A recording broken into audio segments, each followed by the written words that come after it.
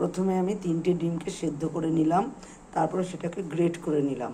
এখানে আমি 2টো ডিম ভেঙে নিলাম, এতে নুন মাখিয়ে অমলেট করে নেব। ফ্রাইং প্যান চাপিয়ে দিয়েছি, এর মধ্যে তেল দেবো। প্যানে তেল দিয়ে এবার ডিমটা অমলেট করে নেব। আজ বানাচ্ছি আমি ভিন্ন স্বাদের ডিম ভর্তা। ডিমের ঝোল তো তোমরা রোজই খেয়ে থাকো, আজকে অন্য এক ধরনের খাবার বানাচ্ছি। অমলেটটা হয়ে গেছে, এবার এগুলোকে টুকরো টুকরো করে কেটে নেব। ছোটো ছোটো টুকরো করে কেটে নিলাম। এবার ওভেনে একটা কড়াই চাপালাম, তাতে এবার তেল দিয়ে নেব। কড়াইতে তেল গরম হয়ে গেছে, এবার পেঁয়াজ কেটে দিয়ে দেবো।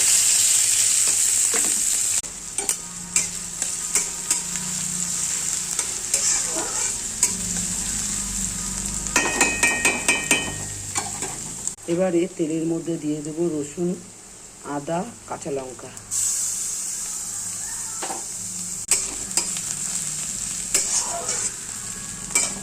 আর এখানে দেবো টমেটো।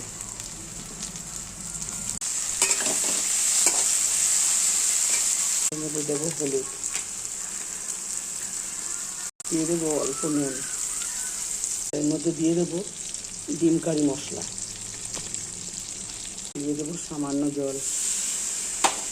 ছেড়ে এসছে, এবার দিয়ে দেবো ডিম ভুনাটা।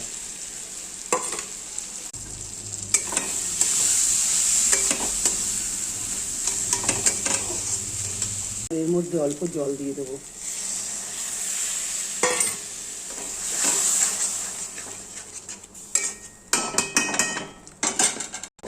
ডিম অমলেট ডিমটা দিয়ে দেবো।